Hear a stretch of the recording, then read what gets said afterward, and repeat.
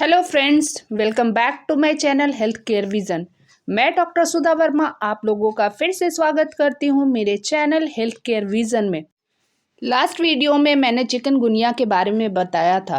मैंने बताया था कि चिकनगुनिया होने पर किस तरह चिकवी वायरस हमारे इम्यून सिस्टम के फाइटर सेल को इन्फेक्ट कर देता है, जिसके कारण हमारा इम्यून सिस्टम बहुत वीक हो जाता है और हमारे बॉडी के अंदर होने वाले बहुत सारे रेगुलेटरी फंक्शन डिस्टर्ब हो जाते हैं। चिकनगुनिया, डेंगू या कोई भी वायरल इन्फेक्शन होने पर बहुत सारे लोग चिंतित हो जाते हैं कि इन्फेक्शन होने पर या इन्फेक्शन होने के बाद क्या खाएं और क्या नहीं खाएं। तो आज इस वीडियो में मैं बात करने वाली हूँ न्यूट्रिशनल डाइट के ऊपर। बहुत सारे ऐसे रिसर्च किए गए हैं जिनमें ये बताया गया है कि बैलेंस न्यूट्रिशनल फूड का हमारे इम्यून सिस्टम के फंक्शन पर डायरेक्ट इफेक्ट होता है, जिससे कि हमारा इम्यून सिस्टम स्ट्रांग होता है। तो सबसे पहले आइए जानते हैं कि वो कौन कौन से फूड सप्लीमेंट्स हैं जो कि हमारे इम्यून सिस्टम को बूस्ट अप करता है और हमारे बॉडी के अंदर फाइटर सेल्स की संख्या को बढ़ाता है और हमारे बॉडी की फाइटिंग कैपेसिटी को बढ़ाता है।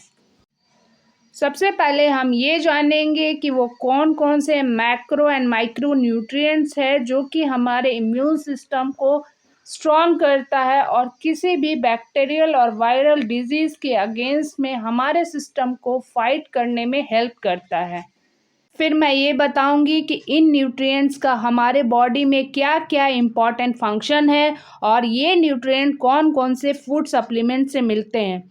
लास्टली मैं ये बताऊंगी कि इन्फेक्शन होने पर या इन्फेक्शन होने के बाद आपको किन किन चीज़ों से परहेज रखना है, यानी कि किन किन चीज़ों को नहीं लेना है अपने डाइट में। आप इन डाइट्स को किसी भी बैक्टीरियल या वायरल इन्फेक्शन होने पर या होने के बाद फॉलो कर सकते हैं। तो बने रहे मेरे साथ इस वीडियो में और इस वीडियो को पूरा देखना ना भूलें। सबसे पहले बात करते हैं मैक्रो एंड माइक्रो न्यूट्रिएंट्स के बारे में कि ये क्या होते हैं। मैक्रो न्यूट्रिएंट्स हमारे बॉडी में पाए जाने वाले वो कंपाउंड होते हैं जो कि हमारे डेली रूटीन में लार्ज अमाउंट में चाहिए होते हैं, क्योंकि ये हमारे बॉडी में एनर्जी को प्रोवाइड करते हैं, जैसे कि कार्बोहाइड्रेट, प्रोटीन और फैट। ये हमारे बॉडी के फंक्शन को मेंटेन करते हैं। वहीं माइक्रो न्यूट्रिएंट्स हमारे बॉडी को कम अमाउंट में चाहिए होते हैं, जैसे कि विटामिन्स, मिनरल्स, आयरन।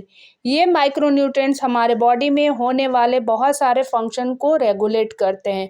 इवन ये हमारे बॉडी में पाए जाने वाले कार्बोहाइड्रेट, प्रोटीन और फैट के फंक्शन को भी रेगुलेट करते हैं। इसलिए माइक्रो न्यूट्रिएंट्स हमारे बॉडी में उतना ही इम्पॉर्टेंट है जितना कि मैक्रो न्यूट्रिएंट्स। हमारे इम्यून सिस्टम को बूस्ट अप करने में कुछ विटामिन्स एंड मिनरल्स का बहुत ही इम्पोर्टेंट रोल है, जैसे कि vitamin A, vitamin C, vitamin D, vitamin E, vitamin B6, vitamin B12. साथ साथ हमें जिंक, मैग्नीशियम और आयरन की भी ज़रूरत होती है, जो कि हमारे बॉडी के इम्यून सिस्टम को बूस्ट अप करता है।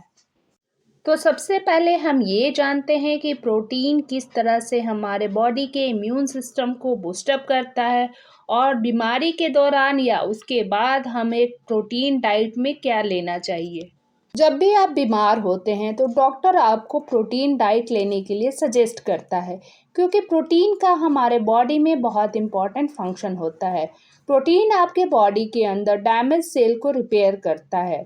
इसके साथ साथ आपके सिस्टम के अंदर किसी भी बैक्टीरिया या वायरस के अगेंस्ट में एंटीबॉडी को बनाने में मदद करता है।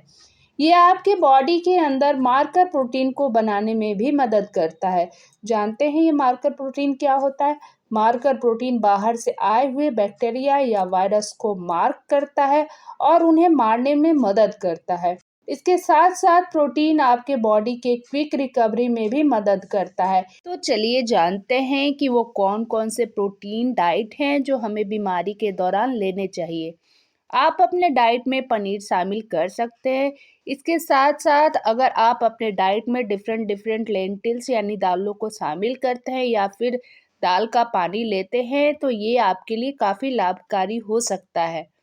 आप सुबह सुबह स्प्राउट भी ले सकते हैं या मूंग दाल भी ले सकते हैं। मूंग में बहुत ही प्रचुर मात्रा में प्रोटीन पाया जाता है।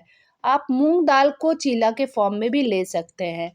अगर आप अर्ली मॉर्निंग 1 ग्लास ऑफ चना सत्तू लेते हैं तो आप अपने आप को काफ़ी एनर्जेटिक फील करेंगे। आगे हम जानते हैं कि विटामिन सी का हमारे बॉडी में क्या रोल है और ये हमें किन किन चीज़ों से मिलता है। विटामिन सी हमारे बॉडी में बहुत ही इम्पॉर्टेंट रोल प्ले करता है। ये हमारे बॉडी में बैक्टीरियल, वायरल और एनी प्रोटोजोअन इन्फेक्शन को होने से प्रिवेंट करता है, यानी रोकता है। साथ साथ ये हमारे बॉडी को जनरल रेस्पिरेटरी प्रॉब्लम और कॉमन कोल्ड की समस्या से भी बचाता है। चलिए जानते हैं विटामिन सी के सोर्स के रूप में हमें अपने डाइट में किन किन चीज़ों को शामिल करना चाहिए। अगर आप रोज़ सुबह सुबह लेमन जूस लेते हैं तो ये आपके बॉडी में विटामिन सी की कमी को पूरा करता है। आप अपने फ्रूट डाइट में सेब, अमरूद, आंवला, मौसमी, ऑरेंजेस एंड कीवी को ज़रूर शामिल करें क्योंकि इन सारे फलों में विटामिन सी प्रचुर मात्रा में पाया जाता है। आगे मैं बात करने वाली हूँ विटामिन डी के बारे में।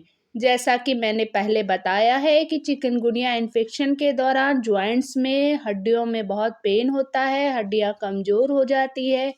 इस कंडीशन में विटामिन डी का बहुत बड़ा रोल होता है। विटामिन डी हमारे बॉडी से कैल्शियम एंड फास्फोरस को एब्जॉर्ब करने में मदद करता है जिससे कि हमारी हड्डियाँ मजबूत होती है। अगर आपके बॉडी में विटामिन डी की कमी होगी तो आपके बॉडी से कैल्शियम एंड फास्फोरस का एब्जॉर्प्शन ठीक तरीके से नहीं होगा और आपकी हड्डियां कमज़ोर हो सकती है। इसके साथ साथ विटामिन डी हमारे बॉडी में इम्यूनोमॉड्यूलेटर का भी काम करता है। इम्यूनोमॉड्यूलेटर का मतलब होता है एक ऐसा फैक्टर जो हमारे इम्यून सिस्टम के काम को प्रभावित करता है। विटामिन डी लेने से आपके बॉडी में इन्फ्लामेशन की समस्या कम हो सकती है या सूजन कम हो सकता है। इसके अलावा ये घाव को भी भरने में मदद करता है। चलिए अब जानते हैं कि विटामिन डी के सोर्स के रूप में हमें क्या लेना चाहिए। अगर आप बीमार हैं तो आपको इजीली डाइजेस्टेबल डाइट लेना चाहिए जैसे कि दही, दूध। फल के रूप में आप एवोकाडो ले सकते हैं। Broccoli is a good source of vitamin D, तो आप ब्रोकली को सब्जी के रूप में ले सकते हैं। अगर आप बीमारी से ठीक हो गए हैं फिर भी आपको वीकनेस या जॉइंट में पेन है तो आप नॉन-वेज डाइट ले सकते हैं जैसे कि आप डाइट में अंडा, मीट, मछली वगैरह को शामिल कर सकते हैं। अब आगे जानते हैं बीटा कैरोटीन के बारे में। Beta carotene is a source of vitamin A क्योंकि बीटा कैरोटीन हमारे बॉडी में जाकर विटामिन ए में चेंज हो जाता है। विटामिन ए हमारे बॉडी में एंटीऑक्सीडेंट का काम करता है। इसका मतलब यह होता है कि ये हमारे शरीर में ऐसे फैक्टर को कम करता है जिससे कि हमारे बॉडी के सेल्स को नुकसान पहुंच सकता है और हमारे सेल को डैमेज होने से बचाता है। विटामिन ए के सोर्स के रूप में आप कैरेट, पपाया, टोमेटो जूस या पालक जूस ले सकते हैं। ब्रोकली को आप सब्जी के रूप में ले सकते हैं। अब आगे जानते हैं विटामिन बी 6 और विटामिन बी 12 के बारे में। चिकनगुनिया के समय हमारे स्किन पे रैशेस हो जाते हैं, उनको ठीक करने में विटामिन बी 6 का बहुत ही इम्पोर्टेंट रोल होता है। यह रैशेस को ठीक करने में मदद करता है, साथ साथ ये स्किन के इन्फ्लामेशन को भी कम करता है। ये आपकी बॉडी में हार्मोन्स को रेगुलेट करने में हेल्प करता है। इसके अलावा ये हमारे शरीर में एंटीबॉडी के प्रोडक्शन को बढ़ाता है। विटामिन बी 12 आपके बॉडी में प्रोटीन के मेटाबॉलिज्म में हेल्प करता है। इसके अलावा ये आपके शरीर में हेल्दी ब्लड सेल्स के फॉर्मेशन में भी हेल्प करता है जैसे कि WBC, RBC, प्लेटलेट्स वगैरह। अगर आप विटामिन बी 12 लेते हैं तो आपके शरीर में प्लेटलेट्स की संख्या बढ़ सकती है। आगे जानते हैं विटामिन बी 6 और विटामिन बी 12 के डाइट सोर्स के बारे में। Milk is a very good source of vitamin B 12। Vitamin B 6 and B 12 mainly non veg product में ज़्यादा मिलते हैं जैसे कि मीट, फिश, एग वगैरह। विटामिन्स के अलावा ओमेगा 3 फैटी एसिड भी हमारे बॉडी के फंक्शन के लिए बहुत ज़रूरी है। ये एक तरह का पॉलीअनसैचुरेटेड फैटी एसिड है जो कि ब्रेन सेल को बनाने में मदद करता है और ब्रेन के फंक्शन में हेल्प करता है।